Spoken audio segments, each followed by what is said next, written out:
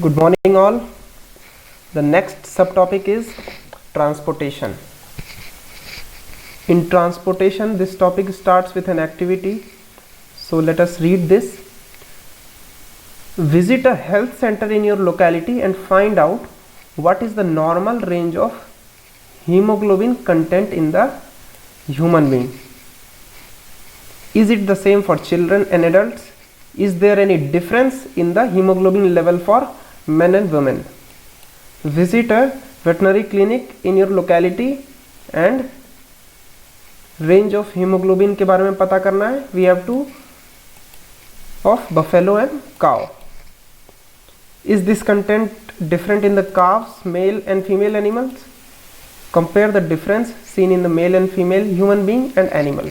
And how would the difference, if any, can be explained?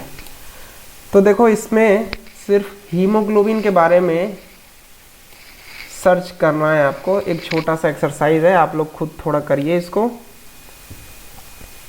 Haemoglobin के बारे में कि किसमें कितना हीमोग्लोबिन प्रेजेंट होता है, और इसके बाद हम लोग डिफरेंस की बात करेंगे. ठीक है, वैसे डिफरेंस होगा हीमोग्लोबिन में, तो ये आप अपना पिछले पढ़ाए हुए नॉलेज से भी बता सकते हैं कि क्यों होगा डिफरेंस, अगर होगा तो.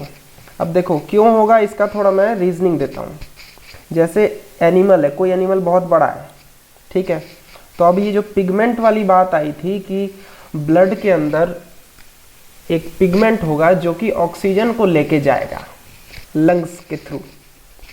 लंग्स में हमारे ऑक्सीजन आ रहा है, एयर आ रहा है, और वो जो ऑक्सीजन होगा वो हमारे ब्लड में कैसे जाएगा, तो उसका दो तरीका है. एक है डिफ्यूजन के थ्रू, हायर कंसंट्रेशन से लोअर कंसंट्रेशन में. जैसे मान लीजिए एयर में ऑक्सीजन का कंसंट्रेशन ज़्यादा है, ब्लड में ऑक्सीजन का कंसंट्रेशन कम है, तो ज़्यादा से कम की तरफ जाएगा ऑक्सीजन. तो ये जो डिफ्यूजन का प्रोसेस है इससे जा सकता है. और अगर एनिमल बहुत बड़ा होता है तो फिर उसके लिए पिगमेंट की ज़रूरत होती है. ठीक है, वो पिगमेंट क्या है? हीमोग्लोबिन है हमारे अंदर, जो कि ऑक्सीजन से बाइंड करता है. तो ये हम लोगों ने लास्ट क्लास में पढ़ा था. तो अब उसी लॉजिक को यूज़ करो और थोड़ा सोचो कि अगर ह्यूमन का और किसी बड़े एनिमल का जब साइज में डिफरेंस आ रहा है तो क्या उसके हीमोग्लोबिन कंटेंट पर डिफरेंस होगा. और इस चीज़ पे सर्च करके थोड़ा लॉजिक के थ्रू सोच के आप अपना आंसर लिखिए इस पे. So we will start with the main topic कि we have seen in previous sections that blood transport food. ये देखो, ये बहुत ही ज़्यादा इंपॉर्टेंट पैराग्राफ है. Blood transport food, it transport oxygen and it transport waste material in our body. ठीक है, क्लास 9th में हमने पढ़ा था कि blood being a fluid connective tissue. ठीक है, फ्लूइड कनेक्टिव टिश्यू. अब इसका मतलब इस फ्लूइड में क्या है, तो blood consist of a fluid medium called plasma. ये जो ब्लड देखते हैं तो इसमें ये जो फ्लूइड मीडियम है, ये जो फ्लूइड है ये प्लाज्मा है, in which the cells are suspended. Plasma के अंदर cells are suspended. Plasma transport food, carbon dioxide and nitrogenous waste in dissolved form. देखो, अब प्लाज्मा जो है वो लिक्विड वाला पार्ट है ब्लड का, और वो जो है वो क्या तीन चीज को ट्रांसपोर्ट करता है? Food, CO2 and nitrogenous waste in dissolved form. अभी देखो हमने ये पढ़ा था कि कार्बन डाइऑक्साइड जो है उसका, यहां पे देखिए, carbon dioxide is more soluble in water than in oxygen, hence is mostly transported in the dissolved form in our blood. ठीक है, तो अब ब्लड के अंदर प्लाज्मा जो है वो एक तरह से तुम फ्लूइड है वो, तो उसमें डिसॉल्व होके कार्बन डाइऑक्साइड तब जाता है.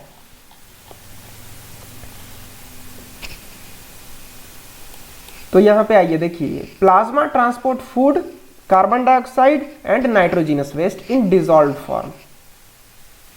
इसको एग्जांपल को इसको इमेजिन करो कि कोल्ड ड्रिंक्स का बॉटल, उसके अंदर गैसियस डिसॉल्व्ड फॉर्म में रहता है, तो सिमिलर वैसा कुछ सोचो.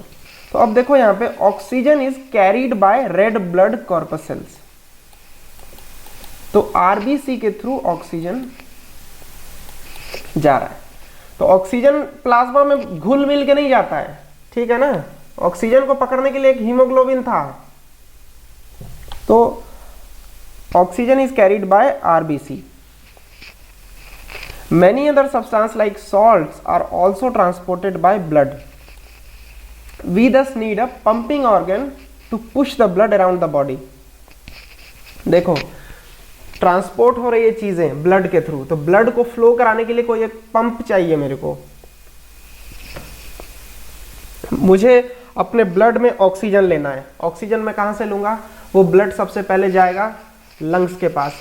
लंग्स में एल्वियोलाई वॉल्स के थ्रू उसमें ऑक्सीजन का एक्सचेंज होगा। वो वहां से ऑक्सीजन को ले लेगा और कार्बन डाइऑक्साइड को दे देगा। तो कार्बन डाइऑक्साइड जब उसने एल्वियोलाई को दिया तो लंग्स के थ्रू वो जब हम एक्सहेल करते हैं, सांस बाहर निकालते हैं, तो वो कार्बन डाइऑक्साइड बाहर आ गया। और जब मैं ऑक्सीजन अंदर ले रहा हूं, इनहेल कर रहा हूं, तो वो ऑक्सीजन जाके मेरे ब्लड में जाके अटैच होके पूरे बॉडी में जाएगा, ठीक है। तो देखो कार्बन डाइऑक्साइड जो है वो डिसॉल्व्ड फॉर्म में ब्लड में आता है लंग्स तक। ऑक्सीजन जो है वो एल्वियोलाई के थ्रू हमारा रेड ब्लड कॉर्पसेल्स उसको कैरी करता है। इतनी चीज अभी तक समझ में आ रही है। अब ये कैरी करता है और जो जाता है, तो इसमें हर चीज में हो क्या रहा है? ब्लड घूम रहा है, ब्लड फ्लो कर रहा है। तभी तो यहाँ पे पूरे बॉडी में सेल्स हैं। सेल्स में हर जगह पे क्या हो रहा है? कार्बन डाइऑक्साइड मान लो प्रोड्यूस हो रहा है। और वो कार्बन डाइऑक्साइड जो है, हम लोगों ने देखा था ना, सेल में क्या होता है? माइटोकॉन्ड्रिया होता है। सेल का स्ट्रक्चर सबसे पहले याद करिए आप लोग। सेल्स में माइटोकॉन्ड्रिया, माइटोकॉन्ड्रिया पे हम लोगों ने देखा था एरोबिक रेस्पिरेशन में। पहले यहां पे देखो इधर, ये देखो, ये माइटोकॉन्ड्रिया में क्या हो रहा है? In the presence of oxygen क्या प्रोड्यूस हो रहा है? एनर्जी। एनर्जी के साथ क्या प्रोड्यूस हो रहा है? Carbon dioxide. तो ये कार्बन डाइऑक्साइड किस लेवल पे प्रोड्यूस हो रहा है? सेलुलर लेवल पे, सेल्स के लेवल पे। तो इसको मेरे को लेके आना है ना बाहर अपने बॉडी के। तो इसलिए सारे सेल्स का कार्बन डाइऑक्साइड इकट्ठा होगा, तो कहां से? ब्लड में ही मिक्स होके आएगा और वो जाएगा फिर लंग्स की तरफ। तो ये क्या आ और जा क्या रहा है? ब्लड जा रहा है ना। तो इस ब्लड को फ्लो कराने के लिए एक पंप की जरूरत है, ठीक है। यहां तक सबको आया समझ में? तो क्योंकि पंप की जरूरत है, तो अब now we will see what is the pumping organ. We thus need a pumping organ to push the blood around the body, a network of tubes to reach all the tissue and a system in place to ensure that कि ये damage ना हो। तो तीन चीज, एक मेरे को पंपिंग ऑर्गन चाहिए, एक मेरे को ट्यूब्स चाहिए। ट्यूब्स क्या? जिसमें फ्लो करेगा। क्या फ्लो करना है? ब्लड को फ्लो करना है, करेक्ट। और ब्लड फ्लो करके कहाँ जाएगा मेरा? पूरे बॉडी में जाएगा, हर एक सेल्स के पास जाएगा, टच करेगा उसको, उससे लेगा कार्बन डाइऑक्साइड, उसको बनाएगा, उससे दोबारा वो जाएगा लंग्स में, एक्सचेंज करेगा कार्बन डाइऑक्साइड को, और फिर ऑक्सीजन पहुंचाएगा सारे सेल्स को। ये काम हो रहा है यहाँ पे। तो ये सब के लिए ट्यूब्स चाहिए। और ट्यूब्स मान लो बीच में अगर रप्चर हो गया तो एक रिपेयरिंग सिस्टम भी चाहिए, ठीक है ना। मुझे यहाँ से कुछ भेजना है पाइप के थ्रू कहीं और, तो यहाँ पे मुझे एक पंपिंग चाहिए कि मैं पंप करूँ ताकि उधर जाए। एक ट्यूब चाहिए जो कि वहां तक पहुंचाए, और ट्यूब अगर बीच में टूट गया तो एक रिपेयर सिस्टम चाहिए। तो ये सिंपल, यही तीनों चीज हमारी बॉडी को भी चाहिए। तो अब सबसे पहले हम लोग स्टार्ट करेंगे पंपिंग ऑर्गन पे।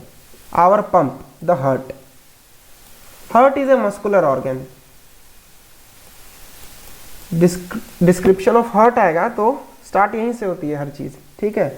पहले भी कभी पढ़े होगे तो यहीं से स्टार्ट होता है। Is a muscular organ which is as big as our fist. तो इस साइज का हमें विजुअलाइज हो गया। अब देखिए ये जो हार्ट का फोटो आपको दिया हुआ है ना, ये इस हिसाब से दिया हुआ है कि सामने वाला आप एक आदमी या औरत के सामने खड़े हैं और उसके हार्ट को आप देख रहे हैं। तो आपका जो राइट हैंड साइड होगा वो सामने वाले का लेफ्ट हैंड साइड होगा, है कि नहीं? जब मैं मिरर में अपने आप को देखता हूं तो मैं अपना जब राइट हैंड उठाता हूं तो मिरर में लेफ्ट हैंड उठता है ना। तो सिमिलर चीज यहां पे भी है। ये अभी देखने से राइट लग रहा है लेकिन यहाँ पे सब कुछ लेफ्ट लिखा हुआ है। उसी तरह यहाँ पे हर चीज़ लेफ्ट साइड में लेकिन ये राइट लिखा हुआ है। तो समझ गए, उल्टा बनाना होता है मिरर इमेज। तो ऐसा बना हुआ है ये हार्ट। इन सब का डायग्राम बनाने के लिए आता है एग्जाम में। तो now let us see, because अब देखो heart is a muscular organ which is as big as our fist and because both oxygen and carbon dioxide have to be transported by the blood, heart has different chamber to prevent oxygen rich blood from mixing with blood containing carbon dioxide। देखो carbon dioxide वाला blood आ रहा है sales से, organ से, और oxygen वाला blood जो आ रहा है वो आ रहा है लंग्स से। इन दोनों ब्लड को अगर मैं मिक्स कर दूंगा तो ऑक्सीजन का कंसंट्रेशन जो है वो हो जाएगा कम। तो इसलिए इन दोनों ब्लड को कांटेक्ट से बचाने के लिए चेंबर्स हैं, ठीक है, डिफरेंट चेंबर्स। तो अब मैं ये देखूंगा कि हार्ट में ब्लड कहाँ से आ रहा है, किस तरफ जा रहा है, ठीक है। एक्चुअली ये जो हार्ट वाला अपना हार्ट जो है ना, इसे डबल सर्कुलेशन बोला जाता है। और यहाँ पे तो लिखा हुआ है कि आवर पंप द हार्ट, यहाँ पे हमें मिक्सिंग ऑफ ब्लड को बचाना है। मतलब मिक्सिंग ऑफ ब्लड जो है वो नहीं होना चाहिए, लेकिन कुछ जगह पे ये होता है, not in us, different organisms में। तो वो भी हम लोग देखेंगे आगे एग्जाम्पल्स में। तो अभी हम लोग ह्यूमन हार्ट के बारे में पढ़ रहे हैं, schematic sectional view of human heart. अब देखो स्टेप बाय स्टेप चलेंगे कि कैसे ब्लड आएगा। फर्स्ट, इसमें 4 चेंबर है। सबसे पहले हार्ट में ये देख लीजिए 4 चेंबर कौन कौन से हैं। एक है left atrium, left ventricle, right atrium और राइट वेंट्रिकल, ठीक है। और क्या देख रहा है, ये है सेप्टम जो कि डिवाइडिंग वॉल है ये, ठीक है। और आपको क्या ऑब्जर्व करना है, ये देखो यहाँ पे इसका थिकनेस ज़्यादा है तो वेंट्रिकल का थिकनेस ज़्यादा है और एट्रियम का थिकनेस कम है। समझ गए। यहाँ पर भी सेम यही देखिए, राइट वेंट्रिकल में ये जो वेंट्रिकल वॉल जो है इसका थिकनेस ज़्यादा है और राइट एट्रियम के वॉल का थिकनेस कम है। अब जब ये स्ट्रक्चर के बारे में आपको पता चल गया कि ये left atrium, ventricle, right atrium और वेंट्रिकल है, थिकनेस के बारे में हमने थोड़ा सा देख लिया और ये देख लिया कि मिक्सिंग नहीं होता है इसमें राइट और लेफ्ट वाले में, ठीक है। ऑक्सीजनेटेड और डीऑक्सीजनेटेड ब्लड का मिक्सिंग नहीं होता है, ठीक है। तो अब आओ यहाँ पे, because both oxygen and carbon dioxide have to be transported by the blood, the heart has different chamber to prevent mixing. अब the carbon dioxide rich blood has to reach the lungs for carbon dioxide to be removed। ये समझ में आ गया कि blood में carbon dioxide है। Carbon dioxide कहाँ से प्रोड्यूस हुआ है, रेस्पिरेशन के थ्रू प्रोड्यूस हुआ है सेलुलर लेवल पे, माइटोकॉन्ड्रिया ने जब एनर्जी रिलीज किया था। तो उस कार्बन डाइऑक्साइड को मुझे कहाँ पहुँचाना है, हमें पहुँचाना है लंग्स तक, ताकि लंग्स पे मैं छोड़ दूँ कि भाई ले जाओ कार्बन डाइऑक्साइड को, और वहाँ से ऑक्सीजन को ले आओ कि लाओ मुझे ऑक्सीजन दो। क्यों? क्योंकि मुझे एरोबिक रेस्पिरेशन कराना है ना माइटोकॉन्ड्रिया में, ताकि एनर्जी रिलीज होगी जिससे मेरा सारा काम चलेगा बॉडी का। तो ये चीज ध्यान में रखिए आप। ऑक्सीजन चाहिए वो भी लंग्स में मिलेगा, कार्बन डाइऑक्साइड को छोड़ के आना है बाहर वो भी लंग्स में होगा। So the carbon dioxide rich blood has to reach the lungs for carbon dioxide to be removed and oxygenated blood from lungs has to be bought back to heart.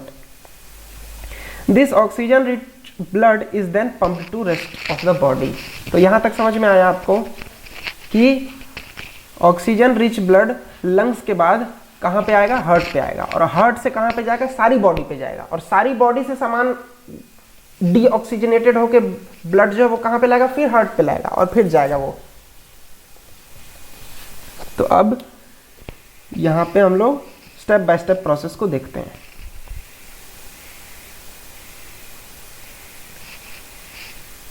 We can follow this process step by step. Oxygen rich blood from the lungs come to the thin walled upper chamber of the heart on the left atrium. तो lungs से oxygen rich blood जो है, lungs यहाँ पे है, मान लो lungs जो है वो ऑक्सीजन रिच ब्लड कहाँ पे आ रहा है, ये आ गया यहाँ पे लेफ्ट एट्रियम में, ठीक है। तो फर्स्ट ऑक्सीजन रिच ब्लड यहाँ पे आया, तो ये जो वॉल है ये एक्सपैंड करेगा, ब्लड आएगा, फिर ये कॉन्ट्रैक्ट करेगा और ब्लड नीचे चला जाएगा। तो अब देखते हैं हम लोग, the left atrium relaxes when it is collecting this blood. कौन सा ब्लड? Oxygenated blood.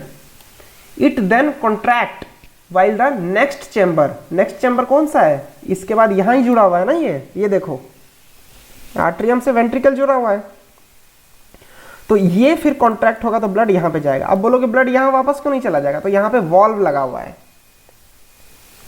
वो वॉल्व सिर्फ यूनिडायरेक्शनल फ्लो कराता है,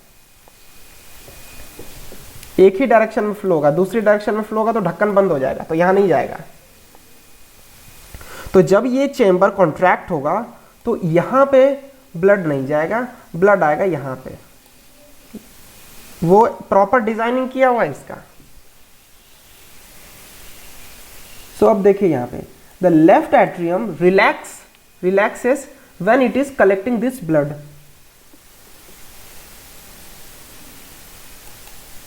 it then contract while the next chamber relax. तो अब ये रिलैक्स हो जाएगा तो यहां पे ब्लड आ जाएगा, ठीक है।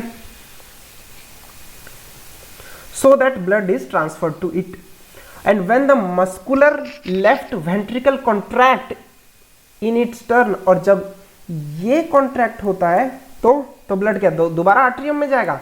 नहीं, क्योंकि यहां पे भी अब फिर वॉल्व लगा हुआ है। तो एरो देखो, यहां से ब्लड आ रहा है, यहां जा रहा है, और जब ये कॉन्ट्रैक्ट कर जाएगा तो ब्लड यहां से निकल जाएगा एओर्टा के थ्रू, ठीक है। अब ये देखो ऑक्सीजन वाला ब्लड कहां जाएगा? सारे ऑर्गन्स में जाएगा कि ये लो ऑक्सीजन ले आए हो लंग्स से, ले लो सारा ऑक्सीजन, और फिर मुझे दे दो सारा कार्बन डाइऑक्साइड, और फिर कार्बन डाइऑक्साइड लेके कहां आएगा वो? तो फिर आएगा यहीं पे। अब इस कहानी पढ़ेंगे हम लोग। तो देखो, the left atrium relax when it is collecting blood, it then contracts while the next chamber, the left ventricle, relax, so the blood is transferred to it. समझ में आ गया इतना? When the muscular left ventricle contract in its turn, the blood is pumped out to the body, ठीक है। अब ये देखो, deoxygenated blood comes from the body to the upper chamber on the right.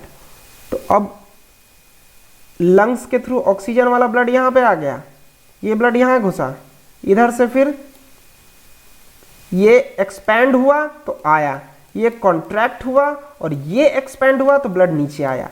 जब ये नीचे वाला कॉन्ट्रैक्ट हो जाएगा तो ब्लड एओर्टा के थ्रू बॉडी में चला जाएगा, ऑर्गन्स में चला जाएगा, उसको देगा ऑक्सीजन, उससे लेगा कार्बन डाइऑक्साइड, और कार्बन डाइऑक्साइड वाला ब्लड कहां पे आ रहा है? फिर यहां आ रहा है राइट एट्रियम में।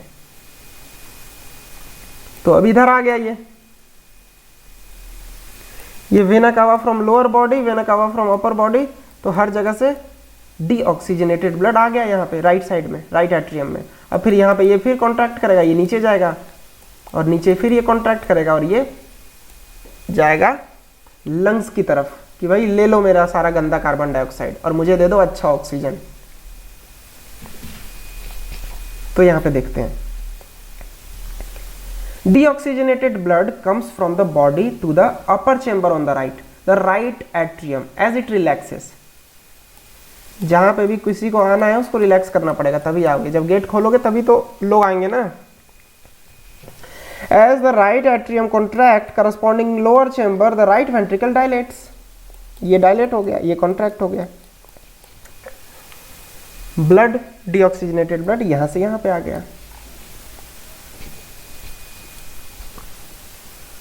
This transfer blood to the right ventricle, which in turn pump it to the lungs for oxygenation. अब ये lungs की तरफ भेजेगा, जाओ lungs पे जाओ और वहां पे कार्बन डाइऑक्साइड छोड़ के आ जाना और ऑक्सीजन लेके दोबारा से यहाँ घुस जाना। समझ गए सिस्टम?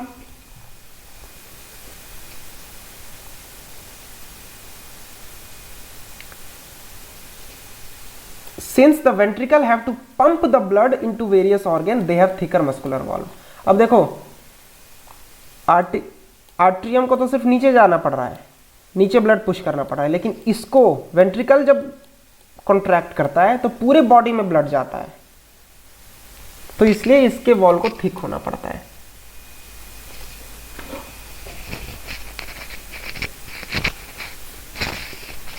तो अब यहां पे देखिए, since the ventricle have to pump blood into various organ, they have thicker muscular wall than the atria do, and valve ensure that blood does not flow backward when the atria or ventricles contract। समझ गए ये चीज? Valve का मतलब back flow को उल्टा जाना रोकना है, ठीक है ना। मैं यहाँ पे एक्सप्लेन किया था, ये जब दबेगा तो ब्लड इधर भी जा सकता है ना दोबारा, लेकिन उसको इधर ही आना है, इसके लिए यहाँ पे एक वॉल्व लगा रहता है, समझ लो एक फ्लैप, एक गेट जैसा, जो इधर जाओगे तो खुलेगा, इधर जाओगे तो बंद रहेगा। तो ये एक फिगर दिया हुआ यहाँ पे, इसको थोड़ा देख लेते हैं। ये लंग्स है, लंग्स के थ्रू आया oxygenated blood, left upper chamber, atrium, ventricle, और वेंट्रिकल के थ्रू पूरे बॉडी में गया, पूरे बॉडी के थ्रू उसने एक्सचेंज किया, ऑक्सीजन दिया, कार्बन डाइऑक्साइड लेके हुए अब आने लगा, कार्बन डाइऑक्साइड लेके आएगा अपर राइट में, राइट एट्रियम में, फिर राइट वेंट्रिकल में जाएगा, और राइट वेंट्रिकल से पुश किया जाएगा लंग्स की तरफ कि जाओ ऑक्सीजन लेके आओ और कार्बन डाइऑक्साइड दे के आओ। तो यहाँ पे इसने कार्बन डाइऑक्साइड को एक्सचेंज किया, यहाँ पे ऑक्सीजन को लिया, और फिर ऑक्सीजन को लेके लेफ्ट एट्रियम में आ गया।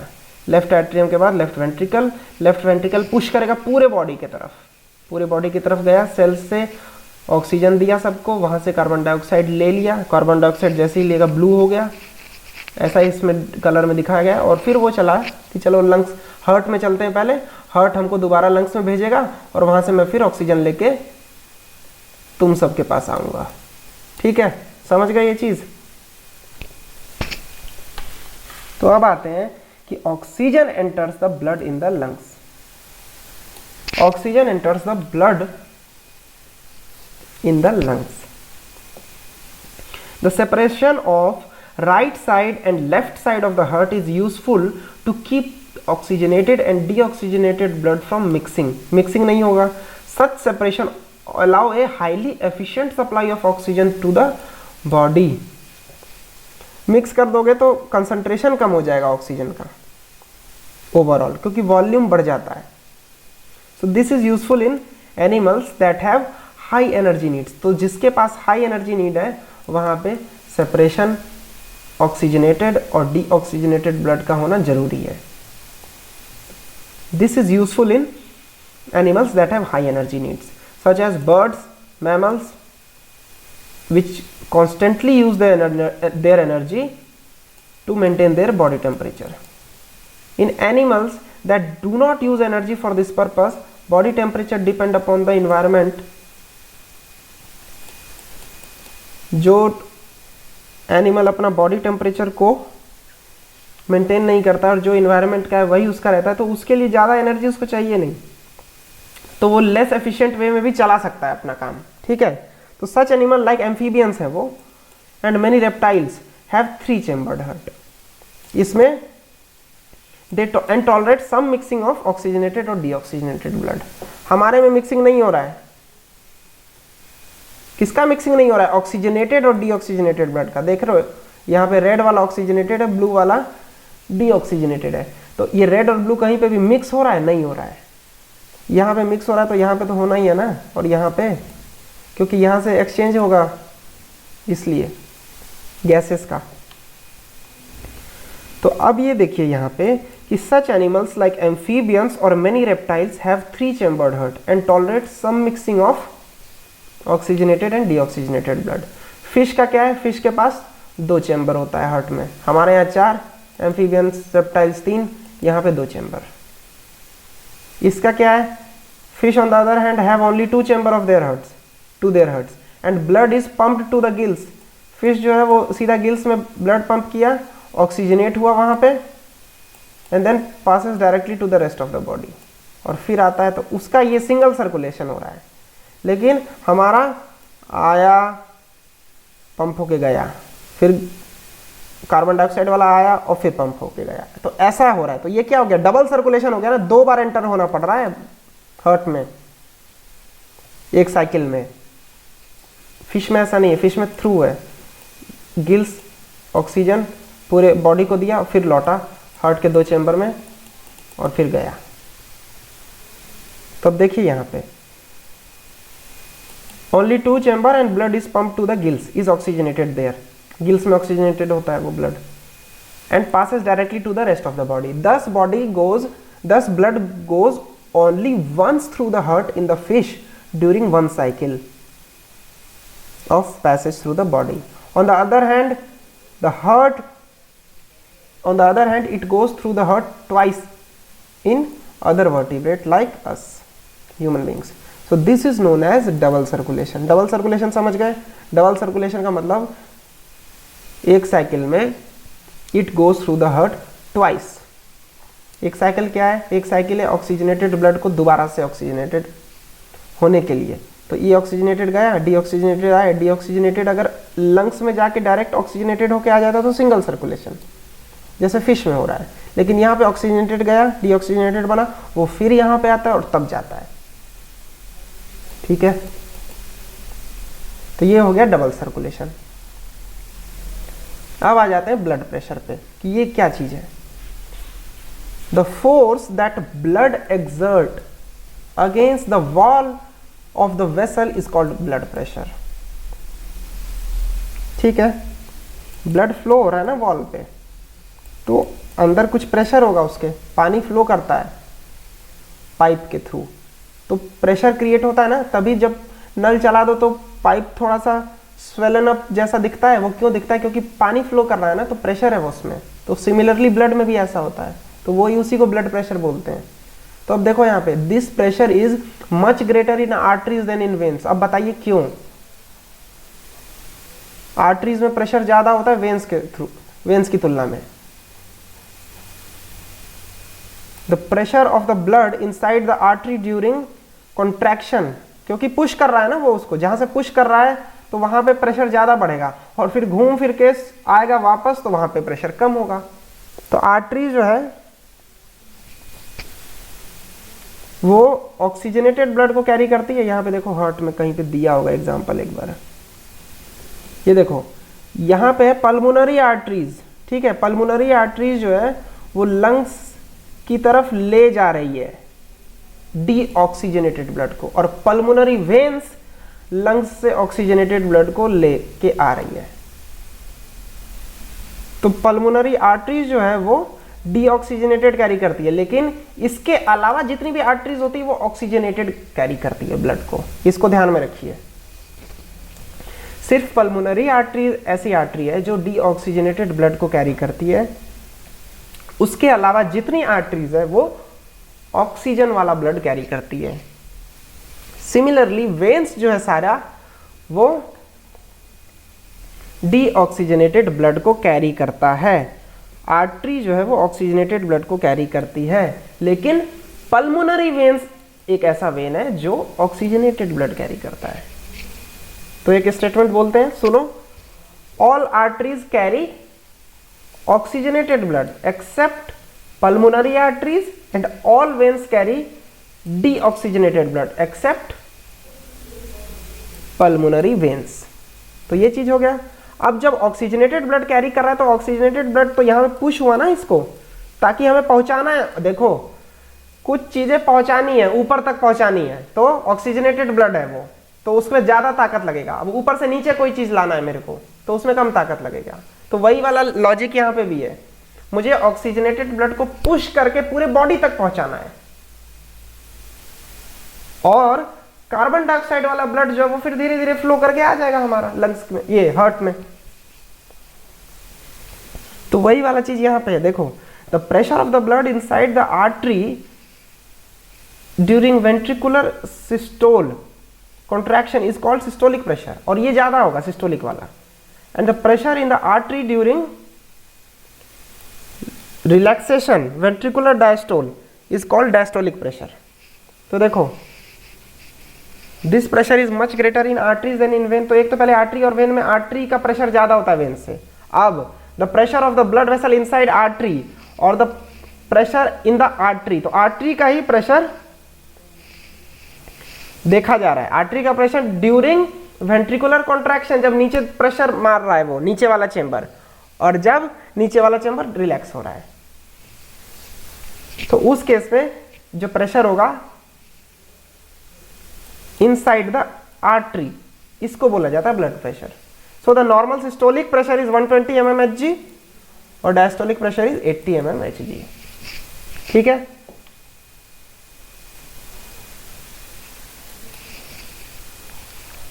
Blood pressure is measured with an instrument called sphygmomanometer. अब नाउ हाई, इसको याद रखिए, high blood pressure is also called hypertension and is caused by constriction of arterioles. ठीक है, जब कोई कंस्ट्रिक्शन आएगा आर्ट्रियोल में तो हाई प्रेशर आता है, विच रिजल्ट इन रेजिस्टेंस। अब ब्लड फ्लो को रुकावट आ जाएगा, कंस्ट्रिक्शन आ गया, कुछ अड़चन आ गया मूव करने में, स्पीड ब्रेकर टाइप। तो जितने ज़्यादा स्पीड ब्रेकर्स हो जाएंगे आर्ट्रियोल में उतना हाई ब्लड प्रेशर हो जाएगा, और it can lead to rupture of an artery और इंटरनल ब्लीडिंग भी हो सकता है। ठीक है, तो ब्लड प्रेशर के बारे में देख लिए, हार्ट के बारे में देख लिए, डबल सर्कुलेशन हमको पता चल गया, ये 4 चेंबर पता चल गया, कहाँ से ब्लड आया कहाँ गया। ठीक है, सिंपल रिवाइज कराते हैं दोबारा से। लंग्स से ऑक्सीजन वाला ब्लड आना है तो वो आएगा यहाँ लेफ्ट एट्रियम में, फिर यहाँ पे जाएगा लेफ्ट वेंट्रिकल में, फिर यहाँ से एओर्टा के थ्रू पूरे बॉडी में जाएगा, और फिर पूरे बॉडी से राइट एट्रियम में आएगा, फिर राइट वेंट्रिकल में जाएगा, और फिर यहाँ से कहाँ जाएगा, लंग्स में जाएगा, और लंग्स से ऑक्सीजन लेके फिर कहाँ आएगा, दोबारा यहाँ पे आएगा। ठीक है, तो ये फिगर रिलेट कर लिए, लंग्स और हार्ट को रिलेट कर लिया। तो ये हो गया पंपिंग सिस्टम। अब पंप के बाद हमें ट्यूब्स चाहिए ना, तो अब ट्यूब्स पढ़ते हैं और फिर रिपेयर वाला मैकेनिज्म भी पढ़ेंगे। तो अब देखो ट्यूब्स के बारे में क्या है। The tubes, blood vessel, arteries are the vessel which carry, vessel pipe समझ लो, ठीक है ना। Arteries are the vessels which carry blood away from the heart to various organ of the body. ये मैं बता चुका हूं, आर्टरीज जो है वो ऑक्सीजनेटेड ब्लड कैरी करता है, तो ऑक्सीजनेटेड ब्लड हमको कहां पे चाहिए, पूरे बॉडी में चाहिए, और कहां से आएगा वो, तो हार्ट पंप करेगा उसको, तो heart to various organs of the body. Since the blood emerge from heart under high pressure, arteries का थिक वॉल होता है, इलास्टिक वॉल होता है, और वेन जो है वो क्या करती है, वो कलेक्ट करती है ब्लड सारे ऑर्गन से कि चलो तुम्हारे में कार्बन डाइऑक्साइड भर चुका है, अब तुमको दोबारा ऑक्सीजनेटेड कराने के लिए लेके चलूंगा मैं लंग्स में वाया हार्ट। तो वेन्स जो है दे do not need thick wall, क्योंकि ऑर्गन जो है वो सारा ऑर्गन पंप नहीं करता है ब्लड को, ऑर्गन सीधा बोलता है ठीक है लेके चले जाओ इस ब्लड को, प्यूरिफाई करा के मुझे दे देना वापस। तो प्यूरिफाई करा के जब देता है तो प्रेशर के थ्रू आता है, और जब दे रहे हो यहाँ पे कि ले जाओ ब्लड को तो फिर उतना प्रेशर नहीं रहता है। So they do not need thick walls because the blood is no longer under pressure. ठीक है, इंस्टेड दे हैव वॉल्व्स कि भाई दोबारा ये गंदा चीज जो लेके जा रहे हो ये वापस हमको मत दे देना, इसलिए यहाँ पे वॉल्व्स लगा हुआ है। गंदे चीज का मतलब ऐसे गंदा नहीं है, कार्बन डाइऑक्साइड है उसमें ज्यादा। ठीक है, तो अब यहाँ पे देखिए, on reaching the an organ और द टिश्यू, आर्टरीज, आर्टरीज कहाँ से आया, लंग्स से निकल रहा है पहली बात। ठीक है, और लंग्स से जो बड़ा पाइप निकल के डिवाइड होता है छोटे पाइप्स में, ट्यूब्स में, और वो छोटा और छोटे ट्यूब में, और इतना छोटा ट्यूब में डिवाइड हो जाता है कि ट्यूब का जो थिकनेस होता है वो एक सेल के बराबर का होता है। समझ गए इसको। पहले मोटा पाइप है उससे ब्लड आ रहा है, प्योर ब्लड, वो बाइफरकेट करता है यहाँ पे, फिर वो और बाइफरकेट करता है, फिर और, तो इतना बाइफरकेट हो जाता है कि उस ट्यूब की थिकनेस एक सेल जितनी रह जाती है। On reaching an organ, the artery divide into smaller and smaller vessels to bring blood in contact with all the individual cell। एक एक सेल को ऑक्सीजन देगा आर्टरी, तो इसके लिए इतना स्मॉल और स्मॉलर वेसल्स में वो बट जाता है। The smallest vessel have wall which are 1 cell thick and are called capillary। समझ गए। तो आर्टरीज बट के बनता है, आर्ट्रियोल्स उसके बाद बनता है कैपिलरी, और कैपिलरी में हो गया एक्सचेंज चीज़ों का, और वो कैपिलरी से फिर बनता है वेन्यूल, वेन्यूल से वेन्स, और वेन्स से फिर आपका उसमें पाइप जो है वो मोटा होता जाएगा। तो अब देखो यहाँ पे exchange of material between blood and surrounding cell take place across this thin wall. कौन सा थिन वॉल? किसका थिन वॉल? कैपिलरी का। And the capillary then join together to form veins that convey the blood away from organ.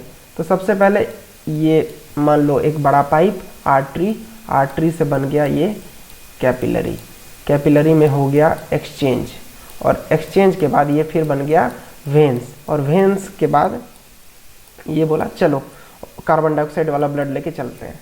Oxygen वाला blood लेके आया artery, carbon dioxide वाला blood लेके गया वेन्स, और एक्सचेंज कहाँ पे हुआ? एक्सचेंज हुआ कैपिलरी में। समझ गए ये चीज़? इतनी चीज़ समझे अभी तक? तो अब आते हैं मेंटेनेंस वाले फंक्शन पे। मेंटेनेंस क्या है? मेंटेनेंस होता है प्लेटलेट से। अगर ट्यूब ब्रेक हो जाएगा तो क्या हो जाएगा? लीक करने लगेगा और प्रेशर भी कम हो जाएगा उसका। तो naturally the loss of blood has to be minimized. अगर हम लोगों को चोट लग जाए, कुछ ऐसा हो जाए तो। So in addition leakage would lead to loss of pressure also, जिसके कारण एफिशिएंसी भी खराब हो जाएगा। इसलिए ब्लड में क्या रहता है? Platelet cells which circulate around the body and plug these leaks. कहीं कुछ कटा फटा तो क्लॉट बनाने के लिए ये सेल्स काम आते हैं। तो ये हो गया उसका रिपेयर वाला आदमी। अब आ जाता है लिम्फ, ये लास्ट टॉपिक ऑफ टुडे।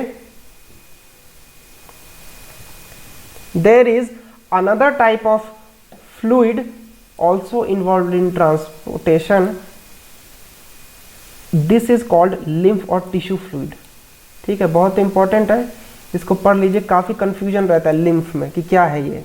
तो this is a tissue fluid इसको बोलते हैं, और ये भी ट्रांसपोर्टेशन में इन्वॉल्व है। Through the pores present in the walls of capillary. अब कैपिलरी में क्या है? सिंगल सेल वाला पाइप है ये एक तरह से। उसमें पोर्स होते हैं। Some amount of plasma, protein and blood cells escape into the intercellular spaces in the tissue. तो इससे जो है कुछ ये मिक्स प्रोटीन, प्लाज्मा और ब्लड सेल जो है वो एस्केप हो जाते हैं और टिश्यू में चले जाते हैं, और to form the tissue fluid और लिम्फ। समझ गए? तो उसको लिम्फ बोला जाता है। तो ये लिम्फ क्या है? It is similar to the plasma of the blood, but ये कलरलेस होता है और इसमें प्रोटीन भी कम होता है। तो अब ये देखो लिम्फ जो है वो ड्रेन्स, फिर अब जब तुम लीक करके चले गए हो तो फिर ड्रेन इज इनटू, फिर वो कहाँ पे कलेक्ट होगा? Into lymphatic capillary. फिर उसका अपना पाइपिंग सिस्टम लिम्फेटिक कैपिलरी है फ्रॉम द इंटरसेलुलर स्पेसेस, और ये फिर बड़े होके ये आगे जाके फिर ये लार्जर लिम्फ वेसल्स में मिलेंगे, और फाइनली ये मिल जाएंगे लार्जर वेन्स में। तो देखो एक मेन सिस्टम था ये ब्लड का, उससे क्या होता है? कुछ चीज़ें लीक हो जाती है, तो कुछ चीज़ें लीक होकर फिर से दोबारा सिस्टम में आ जाती है। तो यही सिस्टम में जो दोबारा आ रहा है ना टिश्यू से, इसी को लिम्फ बोला जा रहा है। ठीक है, अब इसका काम क्या है? तो lymph carries digested and absorb fat from intestine and drains access fluid back into the blood. बस ये इसका काम है। डाइजेस्टेड एंड एब्जॉर्ब्ड फैट को इंटेस्टाइन से कैरी करता है और एक्सेस फ्लूइड को ब्लड में दे देता है दोबारा, जो कि एक्स्ट्रा सेलुलर स्पेस में मौजूद है। तो यहां तक हम लोगों का ट्रांसपोर्टेशन हो गया। अब ये ट्रांसपोर्टेशन इन प्लांट बचा हुआ है, वो देख लेंगे हम लोग नेक्स्ट क्लास में। प्लांट में किसका ट्रांसपोर्टेशन देखेंगे? वाटर का। उसके बाद फूड का जो बनेगा, उसके बाद देखेंगे हम लोग एक्सक्रीशन, ह्यूमन एक्सक्रीशन देखेंगे, फिर प्लांट में एक्सक्रीशन देखेंगे। दैट्स इट, ये चैप्टर खत्म।